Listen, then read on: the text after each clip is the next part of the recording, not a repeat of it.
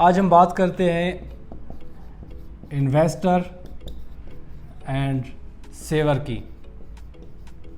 Investor is someone who invest in any project, any manufacturing, production, construction, distribution. कहीं पे भी अगर कोई इंसान पैसा लगा रहा है तो वो एज ए इन्वेस्टर कंसीडर होता है। और ऑन द अदर हैंड जो बंदा पैसे सेव करके रखता है, चाहे वो ख़ुद के पास रखे चाहे बैंक में, वो हमारे पास सेवर कैटेगरी में आता है। अगर हम इनका एक मवाजना करें, एक पीरियड जिसको हम कंसीडर करें, लेट्स सपोज 1 ईयर, दोनों के पास 1 साल का पीरियड टाइम था और इन दोनों के पास जो पैसे थे, जो कैपिटल था, वो लेट्स सपोज 20 लाख। जो यहाँ पे इस कॉलम में आता है इन्वेस्टर, उसने रिसर्च की, स्टडी किया, कंसल्टेंसी ली, प्रॉपर वर्किंग की और इन 20 लाख को कहीं पे इन्वेस्ट कर दिया। आफ्टर सम टाइम जब ये 1 साल गुजर गया तो उसकी जो प्रॉपर्टी थी उसमें जो गेन आया, let's suppose is gain of 20% per annum. 1 साल में उसको जो गेन मिला वो 20% का था। अगर हम इस 20 लाख का 20% निकालें तो वो हमारा 40 into, sorry I will just calculate here, 20 lakh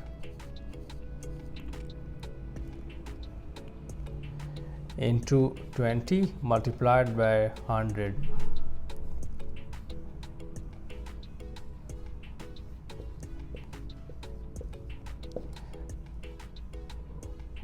This become 4 lakh कि उसने 20 लाख इन्वेस्ट किया। आफ्टर 1 ईयर उसको 20% उसमें से प्रॉफिट आया और प्रॉफिट अगर हम निकालें तो वो हमारा 4 लाख बनता है।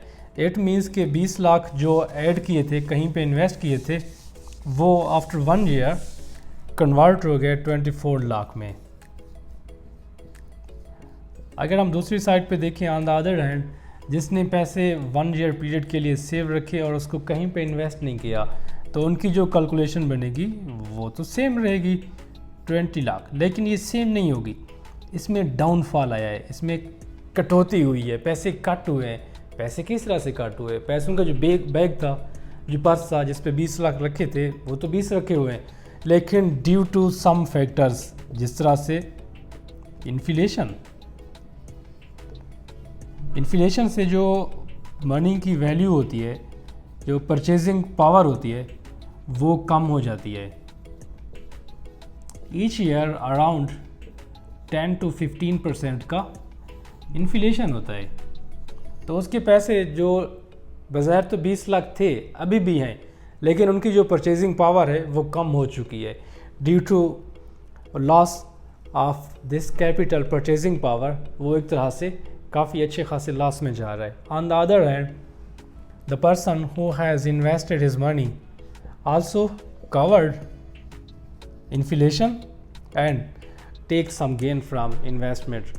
तो जो लूज़र्स होते हैं वो हमेशा सेवर्स होते हैं, जिनको अपने पैसों पे, अपनी स्किल्स पे या फिर मार्केट के जो ट्रेंड्स होते हैं उसको फेयर फील होता है, so they don't invest. As a result they become loser.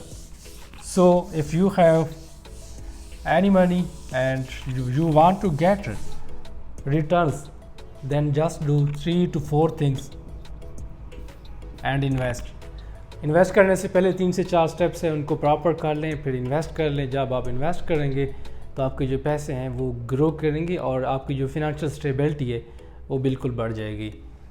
सबसे पहले तो आप एरिया देखें कि आप एक्सपर्टीज़, कि आपकी एक्सपर्टीज़ कहाँ पे हैं, आपको किस चीज़ का नॉलेज है। उसके बाद आप क्या करें, analyse the market.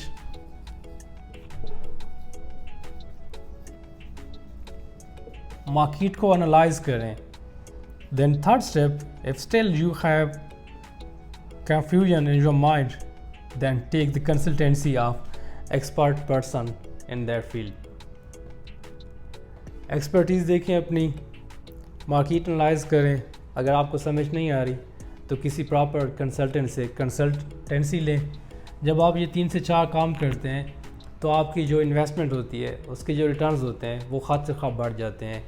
Other side जो सेवर्स होते हैं, due to inflation and printing money जो गवर्नमेंट की तरफ से होती है, वो हमेशा लॉस में जाते हैं। आई होप आज का जो हमारा टॉपिक था कि किस तरह इन्वेस्टर्स अपने पैसों से मज़ीद पैसे बनाते हैं और जो सेवर्स होते हैं उनके पैसे स्टक हो जाते हैं, पड़े रहते हैं, और इन्फ्लेशन और प्रिंटिंग जो गवर्नमेंट की एक स्ट्रेटजी होती है ईच ईयर, उसकी वजह से उनके जो पैसे हैं वो पहले साल की निस्बत अगले साल में और कम हो जाते हैं, उनकी परचेजिंग पावर कम हो जाती है। एज अ रिज़ल्ट वो हमेशा खसारे में जा रहे होते हैं। आपको ये इन्वेस्टर्स और सेवर्स का टॉपिक समझ आया होगा। आपसे नेक्स्ट वीडियो में एक और टॉपिक के साथ फिर मुलाकात होगी। अपना ख्याल रखिएगा। अल्लाह हाफिज़।